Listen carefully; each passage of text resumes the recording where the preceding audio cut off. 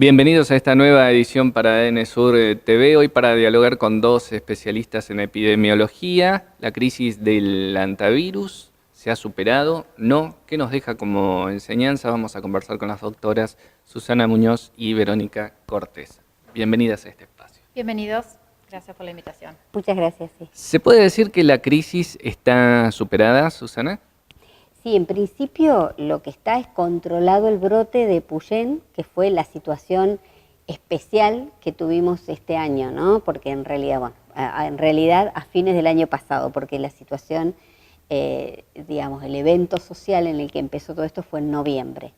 Entonces, en principio está controlado, solo quedan personas en aislamiento respiratorio porque estuvieron en contacto con los últimos o en observación, en aislamiento, porque estuvieron en contacto con los últimos casos, pero ya no hay internados, no hay personas que en este momento estén corriendo riesgo, su vida, digamos. Eso está controlado en este momento y no ha habido casos nuevos. Entonces, eso nos permite estar tranquilos en el sentido de que el brote está controlado, el brote de Puyén. Pero en esta época del año puede haber casos no relacionados con el brote también, porque todos los años hay casos, en nuestra cordillera es zona endémica de este virus que es el Andes Sur, digamos, o sea que puede haber algún caso no relacionado como hay todos los años. Bien. Entre los trabajadores o entre los veraneantes, que lo más frecuente es entre los trabajadores y las personas que viven en el propio lugar, ¿no? Y este periodo de vigilancia especial llega hasta el 24 de marzo específicamente. Exactamente, quedarían 23 personas que están aisladas y el 24 de marzo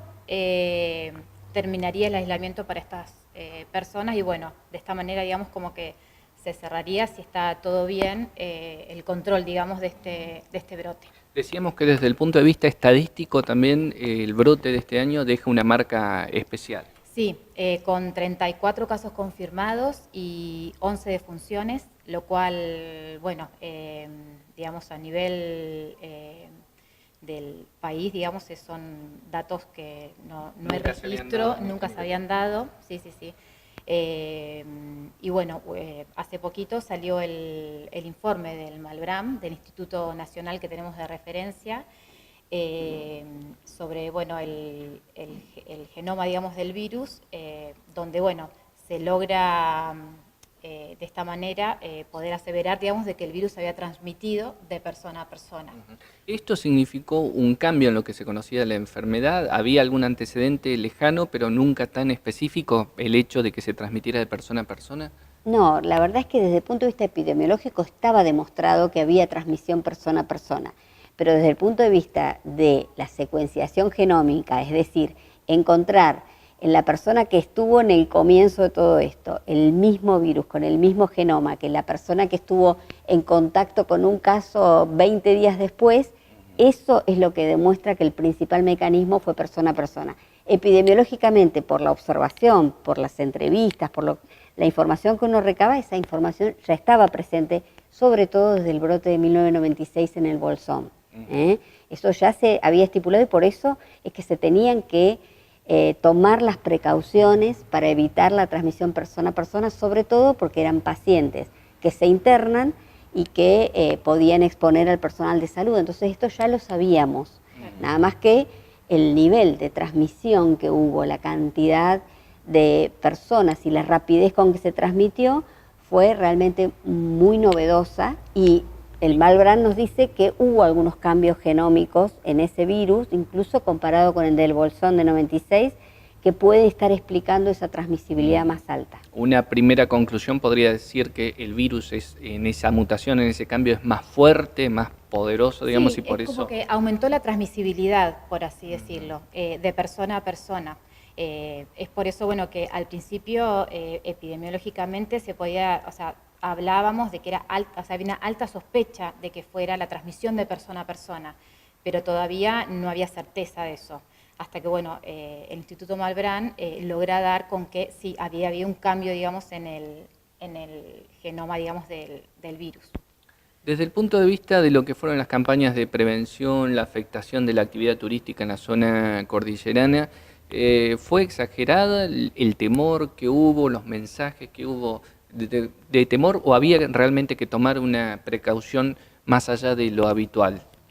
No, la verdad es que siempre que se produce un brote de cualquier enfermedad, se genera esta cosa que tiene que ver con elementos muy internos de la población y demás, como un rechazo muy importante hacia esa enfermedad, porque el brote asusta siempre. Entonces es lógico que la población se retrajera, sobre todo si, como hablábamos hoy, uno tiene niños pequeños y demás y tiene la duda si va a poder controlar todas las situaciones que se producen acampando, por ejemplo.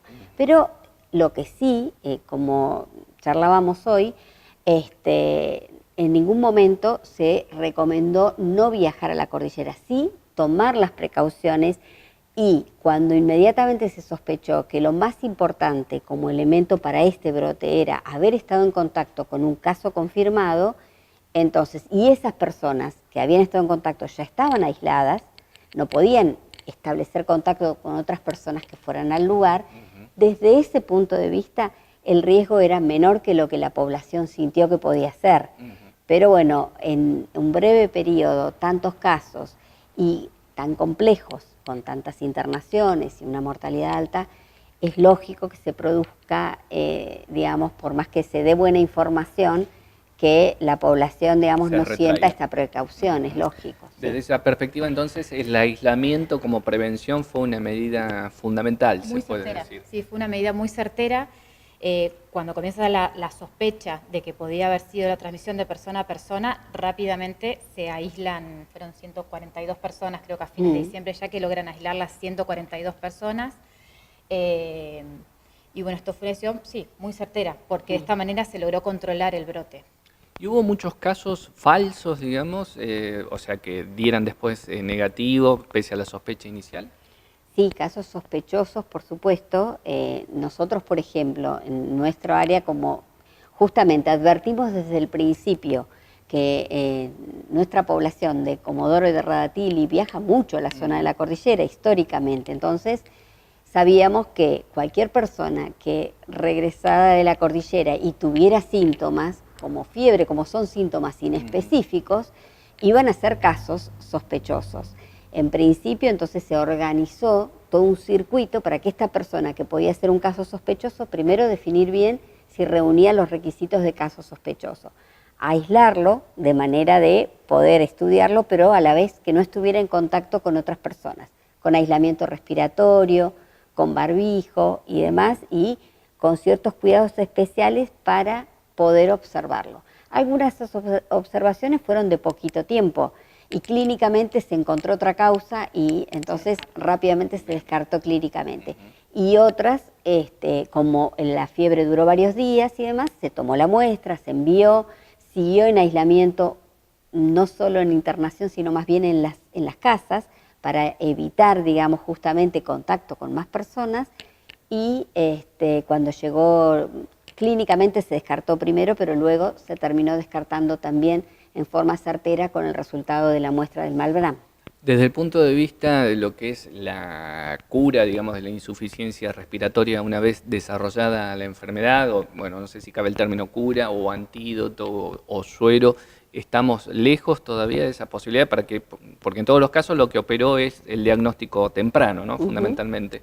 Pero ¿qué tan lejos estamos de contar con algún tipo de terapéutica más puntual y efectiva al momento de la enfermedad? Y se está trabajando, pero todavía no hay nada certero ni seguro referido a la cura. Por eso es que hay que trabajar mucho desde el punto de vista de la prevención de la enfermedad. Más ahora que sabemos que existe esta transmisión de persona a persona y que fue tanto, digamos, en el brote de Puyén, trabajar desde las medidas de la prevención. Con buenas medidas de prevención se disminuirían bastante, digamos, los casos. Susana, sobre este tema. Sí, en principio, digamos, no hay un tratamiento específico, hay tratamiento de sostén para el paciente que generalmente debe ser internado cuando es un caso grave en terapia intensiva, ¿no? Esto son tratamientos de sostén. Se han probado algunos antivirales que recomendados por la SADI, por la Sociedad Argentina de Enfermedades Infecciosas, ¿sí? Se estuvieron utilizando incluso en este brote en algunos casos, pero todavía falta desarrollar, porque claro, nunca hay tantos casos, o sea que de hecho este brote ha servido para producir mucho conocimiento en realidad. Y después, los sueros de las personas que han sufrido la enfermedad y, digamos, la resolvieron y curaron, el tomar anticuerpos de esas personas es un proceso que lleva por lo menos 6 meses, pero además se necesita un pool de pacientes, de casos, importante para poder rescatar ese suero y trabajarlo. Son esas dos líneas que están en evaluación, digamos, y siempre se sigue trabajando, sobre todo tanto en Chile como en nuestra zona donde está el virus Andes Sur, en buscar distintas respuestas. Por ahora no tenemos un tratamiento específico. Está muy claro. Gracias a ambas. Será hasta una próxima. Bueno, Muchas gracias. Hemos conversado con las doctoras Susana Muñoz y Verónica Cortés, epidemiólogas que se desempeñan en el ámbito del área programática sur de nuestro hospital regional. Hasta la próxima edición. Muchas gracias.